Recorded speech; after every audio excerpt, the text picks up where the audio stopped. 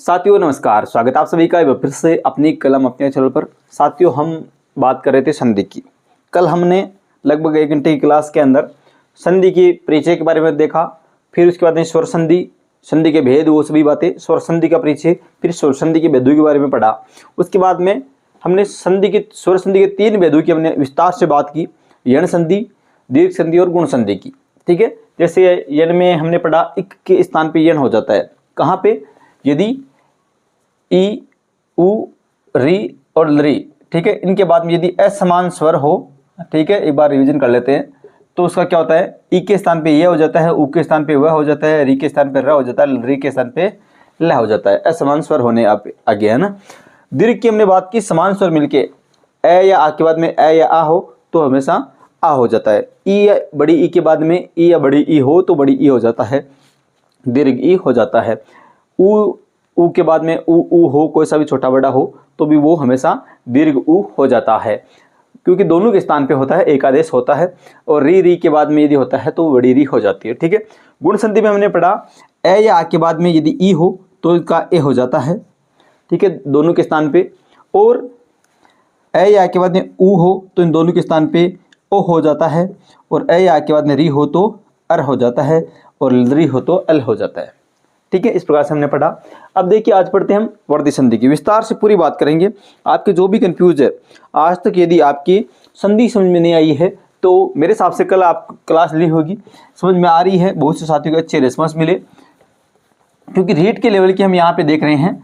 जो साथी रीट में जिनकी भाषा है या सीटेट में है या किसी भी भर्ती की तैयारी करें, जिनमें संस्कृत है, या 9, 10, 11, 12 के स्टूडेंट हैं, 8वीं में पढ़ रहे हैं, जिनके संस्कृत समझ में नहीं आ रही, तो सभी साथी यहाँ पे क्लास ले सकते हैं, आराम से समझ में आएगी।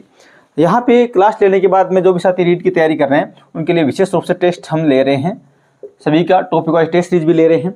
तो आपको करना क्या है, अपना ऐप है एक अपनी कलम, आपको प्ले स्टोर पर सर्च करना है साथियों। क्या सर्च करना है प्ले स्टोर पर? अपनी कलम अपनी आवाज़। आपको यहाँ पे नाम दिख रहा है इस ऐप का, या कमेंट बॉक्स में लिंक दे दूंगा, प्ले स्टोर पे जाके सर्च कर ले अपनी कलम अपनी आवाज़। वहाँ पे ऐप चल रहा है। इस ऐप के ऊपर टेस्ट सीरीज है संस्कृत की। क्या है? संस्कृत जो है उसकी टॉपिक वाइज टेस्ट सीरीज है। वहाँ पे जाके टेस्ट दे। जो क्लास आप यहाँ पे लेते हैं वहाँ पे जाके टेस्ट जरूर दें। ठीक है, वहाँ पे जाके मुझे मैसेज करें कि मेरे इतने सवाल सही हो रहे हैं, या कमेंट बॉक्स में कर सकते हैं। ठीक है, तो वो टेस्ट देने के बाद में आपको पता चलेगा कि हमारे कितने सही हो रहे हैं। क्लास लेने के बाद में वो टेस्ट दें। ये विशेष रूप से आपके लिए सूचना थी। देखिए बात करें, शुरू करें कि उदाहरणों की। देखिए यहाँ पे वर्धी संधि कहाँ होती है, क्या होती है? सूत्र की। वर्धी संधि का सूत्र आपसे पूछ ले कि इसका विधायक सूत्र क्या होता है वर्धी संधि का, वर्धी का विधायक सूत्र। ठीक है, वर्धी संज्ञा का तो होगा वर्धी राधेच, वर्धी राधेच। ठीक है, ये ध्यान रखना। आपको पहला ऑप्शन दे देंगे, प्रश्न पूछेगा वर्धी संधि का विधायक सूत्र है, तो पहला सूत्र मिलेगा वर्धी रेची। पहला सूत्र क्या मिलेगा? वर्धी रेची। वो उसका विधायक सूत्र नहीं है। विधायक सूत्र आपको पूछे तो करना वर्धी राधेच। ये थोड़ा सा ध्यान रखें। अब अगला हम बात करें कि वर्धी संधि होती कहाँ पे है। ठीक है, जिन मैं आपको कहूँ को शब्द पूरा दे दे, शब्द पूरा दे दे, और उस शब्द के ऊपर 2 मात्रा आपको दिख जाए, ऐ की 2 मात्रा हो या औ की 2 मात्रा हो। ठीक है, ये ध्यान रखें। कोई भी शब्द हो उसके ऊपर 2 मात्रा हो, ऐ की मात्रा हो या औ की मात्रा हो लगभग, और जहाँ से जब मात्रा है वहाँ से यदि हम उसको अलग अलग कर सकते हैं, 2 पद निकल रहे हैं तो लगभग वहाँ पे वर्धी संधि आपको मिल जाएगी। अब यहाँ पे कैसे होती है देखिए, हम बात करें ए या आ के बाद में वर्धी संधि का नियम बात करें, उदाहरण से समझेंगे। ए या आ के बाद में ए या ऐ हो तो हमेशा ऐ हो जाता है, तो हमेशा क्या हो जाता है? ऐ हो जाता है। जैसे मैं बात करूँ, देखिए ए या आ के बाद में एक उदाहरण ले लेते हैं हम, जैसे देव प्लस ऐश्वर्यम, देव प्लस ऐश्वर्यम। यहाँ पे देखिए वह के अंदर किसकी मात्रा है? ऐ की मात्रा है, और आगे क्या है? ऐ है, ए प्लस ऐ। ठीक है, अब यदि ए के बाद में ऐ आ गया तो इन दोनों के स्थान पे क्या हो जाएगा? ऐ हो जाएगा। देखिए यहाँ पे क्या बचा, अलग हमने किया, वह में से हमने ए निकाला तो वह रहा आधा, आगे क्या रहा? आधा स्व, स, व और यम। ठीक है, इस प्रकार से देवेश्वरम। अब इसको जब मिलाएंगे, ठीक है, तो देखिए दे व के ऊपर ऐ की मात्रा, इनको मिलाने पे व के ऊपर ऐ की मात्रा लगा देंगे, फिर ये आगे वाला उतार देंगे, देवेश्वरम। इस प्रकार से ये शब्द बन जाएगा। ठीक है, और जैसे बात करें मत प्लस एकम, मत प्लस एकम की बात हो, या एक प्लस एकम, एक प्लस एकम। अब यहाँ पे इनको मिलाएंगे तो देखिए यहाँ पे पहले ए है क के अंदर और आगे ए है, तो दोनों के स्थान पे आई हो जाएगा, शब्द क्या बन जाएगा, एकम।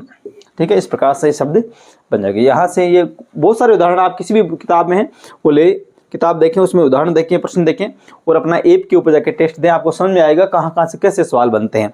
मैं वो खुद सवाल बनाता हूँ। जैसे हमने ए के बाद में ए या के बाद में ए आई हा जो आते हैं उसके हमने उदाहरण देखे, ज्ञानेश्वरम, देवेश्वरम। ठीक है, बहुत सारे उदाहरण हैं, आप कोई सा भी देख सकते हैं, सवाल कोई सा भी आ सकता है, लेकिन आपने एक बार समझ लिया आराम से तो गलत नहीं होगा, ये आपको मैं कह सकता हूँ।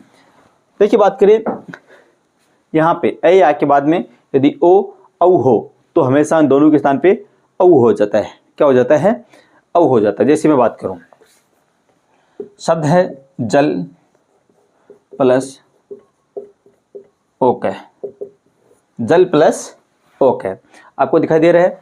ठीक है, अब यहाँ पे बात करें, देखिए ल है, ल के अंदर मात्रा किसकी है, ए की, आगे क्या है, ओ है, तो दोनों के स्थान पे क्या हो जाएगा, ए या के बाद में ओ हो तो औ हो जाएगा, तो हमने औ कर दिया। इसमें आगे क्या बचा, देखिए ल आधा बचा, इनमें से ए निकालने के बाद में तो हमने ल आधा लिखा और ओ का यहाँ पे काम आ गया, इसका यहाँ पे बचा क्या, केवल क्या बचा है। ठीक है, इनको मिलाओ, जय ल के ऊपर औ की मात्रा, तो हमने औ की मात्रा लगा दी और आगे वाला कह यहाँ पे लिख दिया, जलौ कह। इस प्रकार से शब्द बन जाएगा। इसी प्रकार से जल प्लस औघ है, जल प्लस बहुत सारे सवाल बनते हैं, भाव प्लस औचित्यम। ठीक है, ऐसे बहुत से उदाहरण आपको मिल जाएंगे, जो इसके उदाहरण आपको देखने को मिलेंगे। ठीक है, तो ये तो थी संधि की मोटा मोटी, क्योंकि रीट का जो बेस होता है इसके बारे में वर्दी संधि हमने पढ़ा। अब हम देखते हैं साथियों अयादी संधि। अयादी संधि की तरफ चलते हैं हम। देखिए अगली स्लाइड में यहाँ पे अब देख लेते हैं हम अयादी संधि को। अयादी संधि का आपको सूत्र पूछे, विधायक सूत्र पूछ ले अयादी संधि का, तो HOI आवे, HOI आवे। ठीक है, यहाँ पे इसका हम विच्छेद करें तो जो सूत्र होता है संधि का उसी के अंदर पूरा आपको अर्थ मिल जाता है। एच, देखिए एच का हम बात करें तो ए ओ आई औ, ये जो प्रत्याहार है एच, ठीक है, ये एच प्रत्याहार है। इस एच प्रत्याहार के अंदर ये 4 स्वर आते हैं। कितने स्वर आते हैं, 4 स्वर। अब इसका हुआ है कि एच के बाद में यदि कोई स्वर होता है तो ए औ आय और आव हो जाता है। कैसे, देखिए ए का हो जाता है ए ओ का औ, ए का आय औ का आव हो जाता है। कैसे होता है, यदि ए ओ आई औ के बाद में स्वर होना चाहिए, कोई सा भी हो, चाहे समान स्वर हो, ए के बाद में ए भी हो सकता है या असमान स्वर हो, कोई सा भी स्वर हो, स्वर होने के बाद में केवल एक के स्थान पे होता है, आगे वाला स्वर वैसा का वैसा ही रहता है, दोनों के स्थान पे नहीं होता। यहाँ पे केवल एक के स्थान पे ए, ओ के स्थान पे औ, आई के स्थान पे आय, औ के स्थान पे आव हो जाता है। ये इस सूत्र के आधार पे ये व्याख्या। अब हम बात कर लेते, देखिए एक बार देख लीजिए यहाँ पे, यदि संधि में प्लस के पहले ए हो और प्लस के बाद में कोई सा भी स्वर हो, स्वर होना चाहिए कोई सा भी, ए के बाद में ए भी हो सकता है, ए के बाद में ए भी हो सकता है, ए के बाद में ए आई वी ए ओ, कोई सा भी हो सकता है, लेकिन ए के बाद में कोई स्वर हो तो केवल और केवल, ये ध्यान रखें, केवल और केवल, ये थोड़ा सा आपको यहाँ पे गौर करने की बात है, केवल और केवल किसके स्थान पे होगा, इस पहले वाले ए के स्थान पे ए हो जाएगा। ए ये इसमें हलंत रहता है, ये ध्यान रखना, लास्ट वाला। ठीक है, यदि आई के बाद में स्वर हो तो आय हो जाता है, ये हलंत रहता है। किसके स्थान पे हो जाता है, आय, आई के स्थान पे। ओ हो और कोई स्वर हो बाद में तो ओ के स्थान पे अव हो जाता है, और अव के स्थान पे यदि कोई स्वर हो तो अव के स्थान पे क्या हो जाता है, आव हो जाता है। इस प्रकार से अब हम एक एक का उदाहरण देखते हैं। पहले हम देख लेते हैं एक के बाद में यदि कोई स्वर हो। ठीक है, तो हम यहाँ पे देखते हैं, जैसे शे प्लस अनम, से प्लस अनम। यहाँ पे देखिए हम इसको अलग करते हैं, स के अंदर से हमने एक को अलग किया, ये एक की मात्रा यहाँ पे अलग कर दी, प्लस आगे क्या है, स्वर है। ठीक है, अनम का हमने अनम लिखा, क्योंकि आगे वाला तो चेंज होना नहीं है, तो हमें करना क्या, केवल और केवल किसके स्थान पे चेंज करना है, इस एक के स्थान पे क्या करना है, ऐ करना है, केवल ऐ है, आय नहीं होगा, ऐ के स्थान पे आय होता है, लेकिन एक के स्थान पे ऐ होता है। वापिस इसको हमें जोड़ना है, केवल क्या करना है, केवल और केवल जोड़ना है। तो देखिए सादा है, यहाँ पे समय से हमने ए निकाला था इसलिए सादा हो गया था, स के अंदर वापस ए को मिलाया तो स हो गया पूरा, ये के अंदर ये आगे वाला ए मिला तो ये हो गया पूरा, बचा हुआ लिख दो नम, सयनम, ये होगा शब्द सयनम। अब वापस इसका विच्छेद पूछे कि सयनम का संधि विच्छेद क्या होगा, तो हम ऐसा हमें लग रहा है कि ऐ की ध्वनि निकल रही है, आय की निकल रही है, औ की निकल रही है, आव की निकल रही है, तो हमें क्या करना है, वहाँ से ही विच्छेद करना है। आगे जो भी मात्रा हो वो हमें यह के आगे जो भी मात्रा हो वो हमें उसको अलग करना है, अनम। और देखिए सादा लिखना है, अब ऐ की ध्वनि आ रही है तो ए लगा देना है और वापस इसी प्रकार से उल्टा चल देना है। ठीक है, समझ की बात को, विच्छेद इस प्रकार से होगा। ये तो हो गया सैनम, नैनम। ठीक है, जो भी इतने शब्द हैं ऐसे है ना, वो भय, ये सभी इसमें अंदर आ जाइए। ठीक है, तो जहाँ पे ऐ की ध्वनि लिख रही है, किसकी, ऐ की, ऐ ये, जैसे मैं एक उदाहरण लिखूं आपके सामने, हरे प्लस ए, अच्छा उदाहरण है, सवाल पूछा हुआ है हरे प्लस ए। अब यहाँ पे देखिए हम इसको एक बार करके दिखाते हैं वापस। हर एक की मात्रा को हमने अलग किया, आगे भी क्या है, ए है। अब हमें क्या करना है, ये देखिए हर का हर लिखा हमने, एक के स्थान पे केवल और केवल क्या करना है, एक के स्थान पे हम केवल ऐ कर देंगे, ऐ ये आगे वाला एक ऐसा। अब इनको जोड़ेंगे तो देखिए है, र के अंदर आगे वाला ए मिल जाएगा तो र पूरा हो जाएगा, ये के अंदर एक ही मात्रा तो ये हरिये।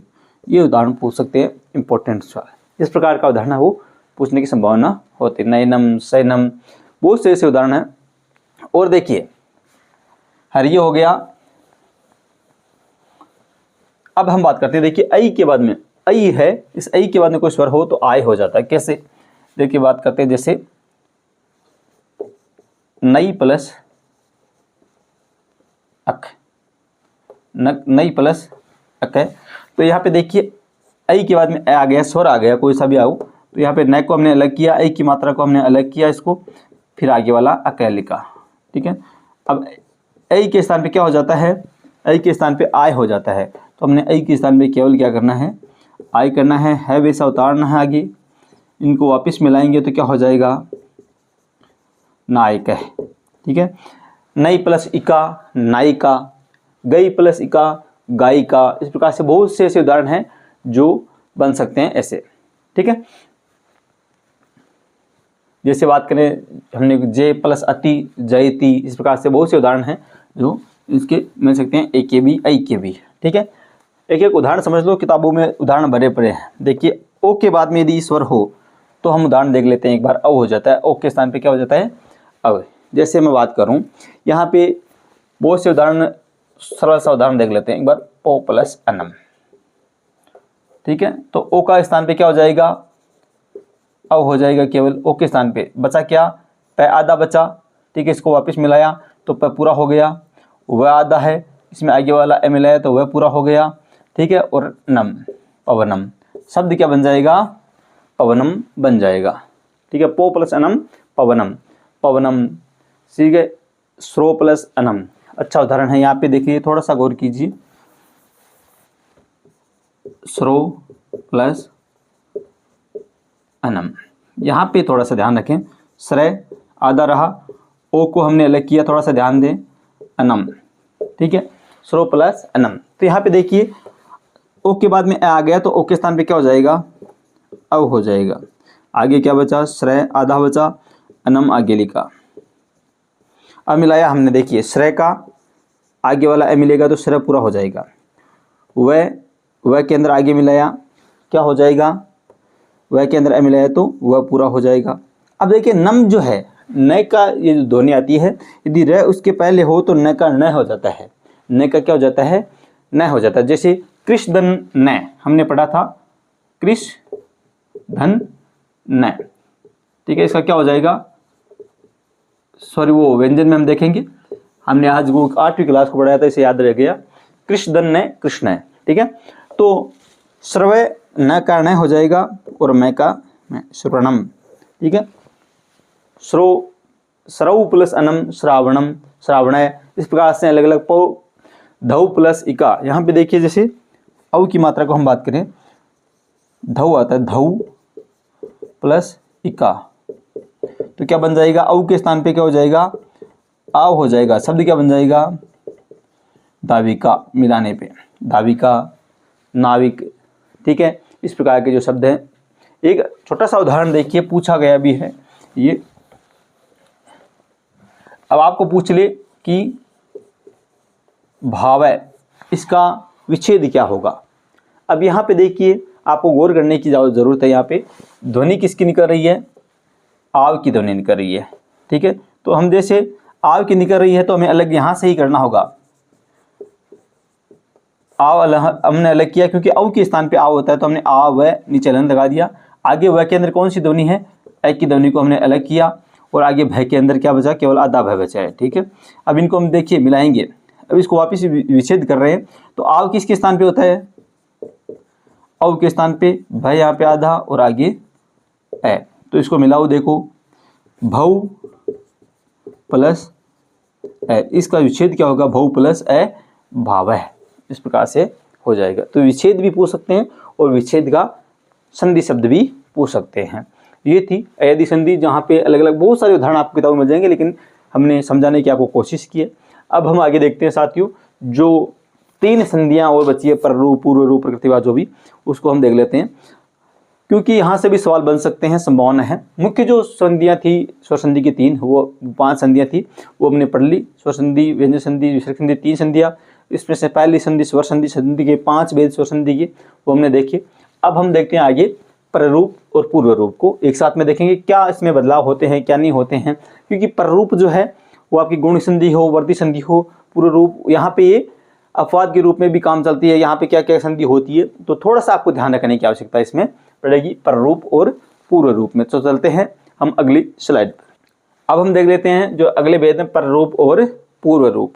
अब यहाँ पे इनके नाम से हमें पता लग रहा है, पर का मतलब बाद वाला और पूर्व मतलब पहले वाला, प्लस के बाद वाला और प्लस के पहले वाला। अब इसका अर्थ क्या है, यदि सूत्र पूछिए संधि सूत्र, तो आपको क्या करना है, एंगी पर रूपम, एंगी पर रूपम। ठीक है, और पूर्व रूप का पूछिए तो एंग पदांत आदति, पदांत आदति। ठीक है, इस प्रकार से ये इसके संधि सूत्र हैं। पहले हम देखते हैं प्ररूप। ठीक है, देखिए प्ररूप के बारे में बात करूं तो अकारांत यदि उपसर्ग है, अकारांत क्या है, उपसर्ग, ये ध्यान रखना है। अकारांत, अकारांत, आकारांत, इकारांत, ये क्या है, जिस शब्द के पीछे, जिस शब्द के पीछे, जैसे राम शब्द है, राम में ये राम शब्द है वो अकारांत है। मैं के अंदर किसकी मात्रा है, अ है, अंत में क्या है, अ है, तो अकारांत। अंत में आ होता, अंत में क्या होता, रमा, तो आकारांत है। ई होता, नदी, तो इकारांत है। ठीक है, इस प्रकार से। तो अकारांत यदि उपसर्ग है, जैसे ये ध्यान रखें, उप, प्र, औ, ये जो अकारांत उपसर्ग हैं, यदि ये हो, प्लस के पहले क्या हो, अकारांत उपसर्ग हो, और प्लस के बाद में क्या हो, ए या ओ हो। ठीक है, तो इन्हें पररूप एकादेश हो जाता है। पररूप एकादेश का मतलब ये है कि ये बाद वाला ही रहता है, ये बाद वाला है वही रहता है, ये अपने आप ही आगे वाला उपसर्ग का जो अ है वो हट जाता है। उपसर्ग का केवल अ हटता है, ये ध्यान रखना, पूरा नहीं हटता। तो देखिए बात करें, जैसे उप प्लस एजते, उप प्लस एजते, यहाँ पे देखिए मैं बात करूँ तो उप के अंदर क्या है, उ, प। ठीक है, प के अंदर क्या है, ए है, प्लस ए आ गया। ठीक है, एजते। अब यहाँ पे करना क्या है, आगे वाला जो है बाद वाला है ये ए, ये हो जाता है, ये ए हट जाता है, यहाँ से गायब हो जाता है। तो हम करते क्या हैं, इस ए को हटा देते हैं और ये एकादेश हो जाता है, केवल ए रह जाता है और आगे वाला स्वर है वो ए है, वो गायब हो जाता है। तो इनको मिलाने पे क्या होगा, उपेजते, उपेजते, उपेजते। ठीक है, समझ गए बात को। अब यहाँ पे बात करें, प्र प्लस एजते, तो इसका क्या हो जाएगा, देखिए यहाँ पे प्र के अंदर क्या है, थोड़ा सा देख लेते हैं। प्र के अंदर क्या है, ये अ है। ठीक है, प्लस एजते।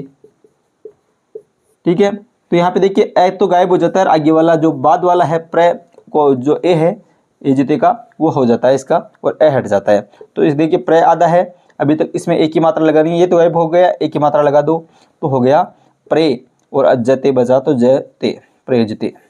ठीक है, ये वर्दी संधि का अपवाद है। ये क्या है, वर्दी संधि का। वर्दी संधि में हमने पढ़ा था, ए या के बाद में ए ऐ हो तो उसका ऐ हो जाता है, ए या के बाद में ओ हो तो उसका औ हो जाता है। लेकिन यहाँ पे देखिए औ प्लस ओस्ति, औ प्लस ओस्ति।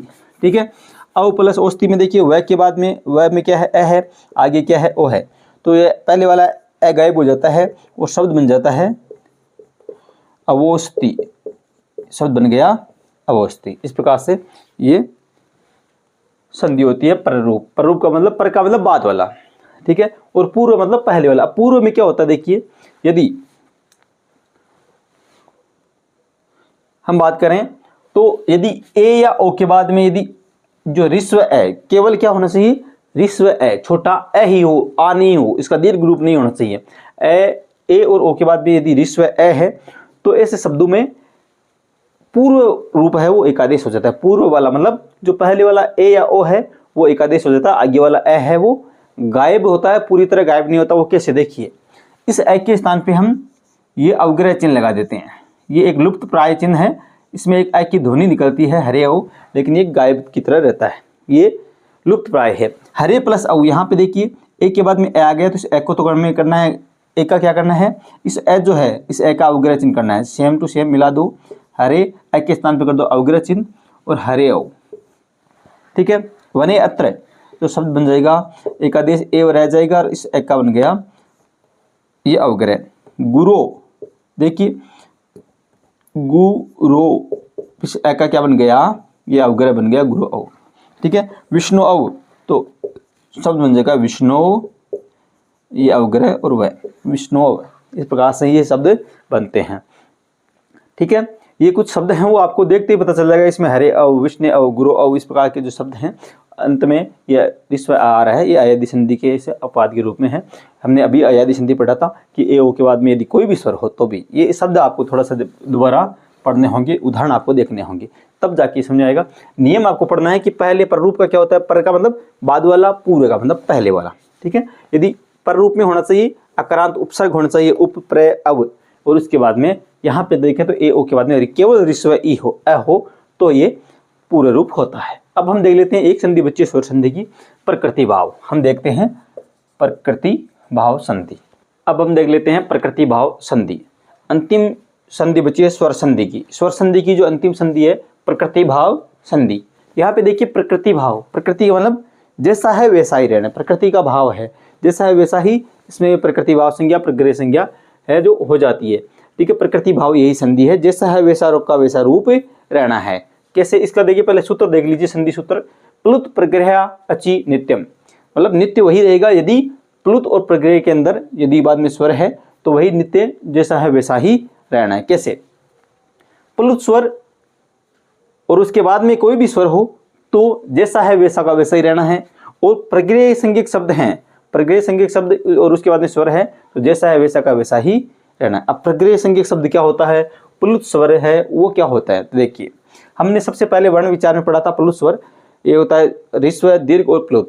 एक मात्रा हो तो ऋस्व, दो मात्रा का समय लगता हो तो दीर्घ, और तीन मात्रा या अधिक का समय लगता है तो प्लुत स्वर कहलाता है। अब प्लुत का मतलब हम एक तो किसको संबोधन में जोर से जो दूर खड़ा है उसको आवाज लगाते हैं, ठीक है, उसमें भी हम काम लेते हैं। जैसे ए ही कृष्ण अत्र गोचरति, कि हे कृष्ण सुनो यहाँ पे गायें चर रही है, हम ऐसे बात करें, ठीक है। इस प्रकार से बात करें तो यहाँ पे हम आवाज लगा रहे हैं तो कृष्ण के अंदर देखिए ए कृष्ण, न के अंदर हम उसको लंबा खींच रहे हैं, यहाँ पे ये प्लुत स्वर हो गया। न के अंदर जो अ है, ये अ है उसको हम क्या करें, प्लुत स्वर आ गया, ठीक है। ए ही कृष्ण, अब यहाँ पे प्लुत स्वर आ गया, आगे कोई सा भी हो अत्र का अ आ गया, ठीक है। तो अब यहाँ पे प्लुत के बाद में, प्लुत स्वर के बाद में स्वर आ गया तो ये जैसा है वैसा का वैसा ही रहना है। इसका संधि शब्द क्या बनेगा, जैसा है वैसा है वैसा लिख दो, यही कृष्ण अत्र, ये केवल प्लस का निशान हटाना है, यही कृष्ण अत्र गोचरति। इस प्रकार से ये होगा। प्लुत स्वर के बाद में यदि स्वर होता है तो प्रकृति भाव संधि होती है। अब यहाँ पे एक प्रग्रह संज्ञक शब्द होता है कि प्रग्रह संज्ञक शब्द क्या होता है, तो देखिए प्रग्रह संज्ञक, ये सभी प्रग्रह संज्ञक शब्द हैं, हरि, साधु, लते। अब यहाँ पे आप गौर करना, हरि बड़ी ई की मात्रा, ये आप ये कह देंगे कि बड़ी ई के बाद में यदि ए आता है तो और संधि हमने पढ़ी थी वो हो जाती है। ऊ दीर्घ आ रहा है उसके बाद में यदि समान स्वर आता है यण संधि होनी चाहिए। ए के बाद में ए आ रहा है तो वो वर्धी संधि होनी चाहिए, लेकिन क्यों नहीं हो रहा। अब यहाँ पे देखिए शुद्ध यदि संधि होती है तो संधि विच्छेद में जो पहला शब्द है वो हरि, शुद्ध शब्द क्या होता है, हरि ई की मात्रा छोटी आती है, साधु में ऊ की मात्रा ये क्या आती है, छोटी आती है। लते, यहाँ पे क्या आता है, लता शब्द आता, क्योंकि शुद्ध ये है। लेकिन यहाँ पे देखिए ये प्रक्रिया संज्ञक शब्द होते कौन से हैं, ये आपको थोड़ा सा ध्यान रखना है। यदि दीर्घ ईकारांत, इकारांत का मैंने अभी बताया, जो अंत में बड़ी ई है तो इकारांत, बड़ी ई की बात कर रहा हूं मैं। दीर्घ इकारांत, दीर्घ उकारांत, ठीक है, ऐसे शब्द जिनके दीर्घ उ आ रहा है, और एकारांत, केवल ये तीन याद रखना आपको। ये तीन हो, दीर्घ ई, दीर्घ उ और एकारांत हो, और ये सभी किस में हो, द्विवचन में हो, दूसरे वचन में हो, द्विवचन में, या दो के बारे में बात कर रहे हो, और चाहे वो शब्द रूप का हो चाहे धातु रूप का हो, तो ये द्विवचन में है। दीर्घ इकारांत है, द्विवचन में है। दीर्घ उकारांत है, द्विवचन में है। एकारांत है और द्विवचन में है। ठीक है, ये शब्द होते हैं, बहुत सारे शब्द हैं, जैसे हरि प्लस एतो, इसकी जगह और भी शब्द हो सकते हैं, जैसे कवि प्लस एतो। ठीक है, साधु की हम बात करें तो विष्णु, दीर्घ उ आ जाता है, विष्णु प्लस एतो इमो, इस प्रकार से। सेवेते प्लस एते, सेवेते प्लस अमु, इस प्रकार से कोई भी आ सकता है जो द्विवचन के अंदर हो और दीर्घ इकारांत, दीर्घ उकारांत और एकारांत हो। तो ये सभी क्या हैं, द्विवचन में है, दीर्घ ई है, दीर्घवचन में है, दीर्घ उ है, और एकारांत है, और क्या है, द्विवचन है, दूसरा वचन है। ठीक है, तो ऐसा यदि हो, समझ गई बात को, लिख लेना। तो ऐसा हो तो जैसा है वैसा का वैसा ही, जैसा है हरि शुद्ध ये होता है, और ये द्विवचन के अंदर हरि प्लस एतो है, तो जैसा है वैसा लिख दो, केवल प्लस हटा दो। हरि एतो द्विवचन में है तो द्विवचन का द्विवचन लिख दो और केवल प्लस हटा दो। लते एते तो लते एते, इस प्रकार से ये शब्द की ये शब्द बन जाएगा। विष्णु प्लस इमो, विष्णु इमो। रमे प्लस अमु, रमे प्लस अमु तो रमे अमु। इस प्रकार से जैसा है वैसा का वैसा ही रहेगा, जो द्विवचन के अंदर है, और दीर्घ इकारांत, दीर्घ उकारांत और एकारांत। मेरे हिसाब से ये आपको एक बार आराम से समझ में आ जाएगा कि हमने प्ररूप, पूर्वरूप और प्रकृति भाव के आपके जो कन्फ्यूज था वो हमने सरल शब्दों में एकदम कम समय में आपको समझाया। ठीक है, आपको ज़्यादा बहुत सारे अपवाद हर संधि के मिलेंगे, उसमें आपको पढ़ना नहीं, ज़्यादा जितना उलझोगे, क्योंकि आप पहली बार पढ़ रहे हैं और पढ़ रहे हैं, तो आपको ज़्यादा उलझने होगी। ठीक है, ये थोड़ा सा ध्यान रखें। और कोई भी आपके सवाल हो स्वर संधि को लेके तो आप कमेंट बॉक्स में रखें। विशेष रूप से ध्यान रखिए, अपना ऐप है अपनी कलम अपने नाम से, वहाँ पे टेस्ट जाके दें, अब जाके टेस्ट दें कि आपकी संधि में से कितने सवाल सही हो रहे हैं। ठीक है, कमेंट बॉक्स में लिंक है, ऐप का नाम है अपनी कलम अपनी आवाज़। आप प्ले स्टोर पर जाके सर्च कर लें, ऐप स्टोर पर जाके सर्च कर लें, वहाँ पे आपको मिल जाएगा। संस्कृत टेस्ट सीरीज नाम से उस ऐप के अंदर मोबाइल नंबर डाल के लॉगिन करना है। ठीक है साथियों, विशेष रूप से कमेंट कर देना, वहाँ पे मैसेज कर देना मेरे को, आपकी इतने सवाल सही हो रहे हैं संधि में से। धन्यवाद, मिलते हैं अगली क्लास में व्यंजन संधि के साथ। धन्यवाद, जय हिंद, जय भारत।